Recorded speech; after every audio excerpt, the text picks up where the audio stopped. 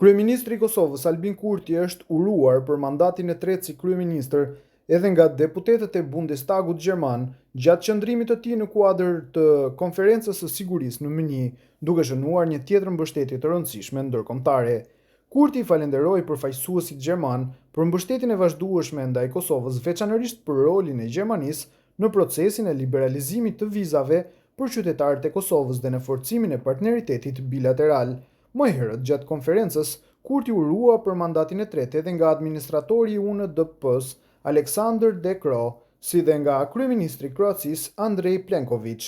Ky takim vijon një sër takimesh bilaterale që Kurti ka zhvilluar gjatë konferencës, duke përfshirë edhe takimin me kryeministrin e Kroacisë Andrej Plenković. Gjatë takimeve në Münich, në fokus ishte siguria rajonale, bashkëpunimi ndërkombëtar dhe zhvillimet aktuale gjeopolitike, duke theksuar përkushtimin e Kosovës për thellimin e marrëdhënieve me partnerët evropian dhe ndërkombëtar. Deklaratat e avokatit të Thaçit në Hag i hoqën dilemat dhe zbuluan se Thaçi ishte spiun francez. Tërmeti 9.2 shkallë Richter që dridhi UÇK në Kosovë me epiqendër në sallën e gjykatës në Hag, pas deklaratës së avokatit Hashim Thaçit i ishte tronditës. Kur avokati i tij tha se Hashimi kishte qenë agent i shërbimit sekret francez, kjo u përjetua si një deklaratë merruese. Ajo që tha avokati i tij në Hag hoqi dilemat se Hashim Thaçi nuk ishte pjesë e UÇK-s, por sipas pretendimeve punonte për shërbimin sekret francez si kontraktues i interesave serbe. Sipas këtij interpretimi, një tradhtar ishte trajnuar nga shërbimi francez dhe ai i UDB-s për t'u vendosur në krye të UÇK-s dhe më vonë në krye të shtetit, me qëllim që të dëmtonte dhe shkatronte atë-dheun. Kjo ka qenë e ditur për shumicën e shqiptarëve, me përjashtim të rrethit të ngushtë të milionerëve të tij që nuk donin të dinin. Ajo që u tha në Hag nga avokati i tij, vetëm sa i forcoi këto bindje dhe për shumë kënd hoqi dilemat që kanë ekzistuar prej kohësh. Avokati i tij në Hag ka nxjerrë në pa dyshime serioze mbi rolin e tij në krye të UÇK-s dhe më vonë në krye të shtetit.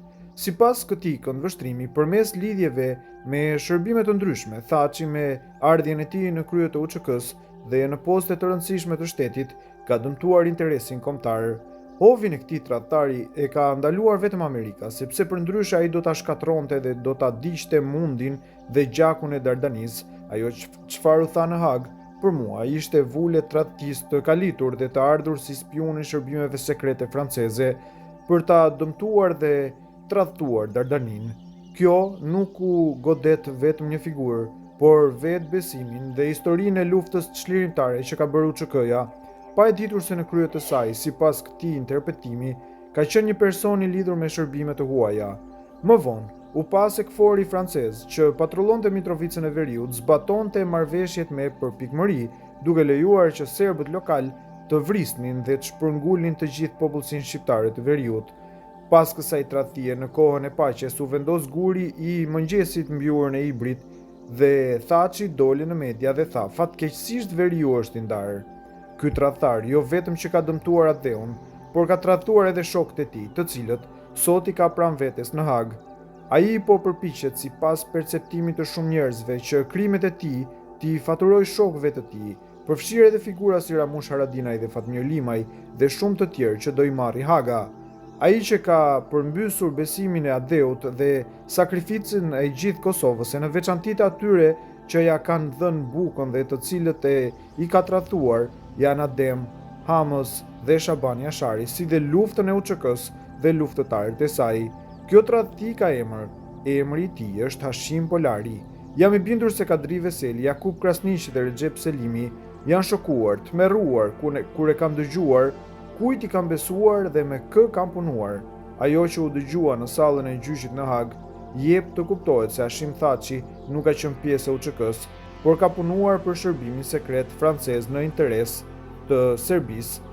Ky shkrim është realizuar nga Halil Geci.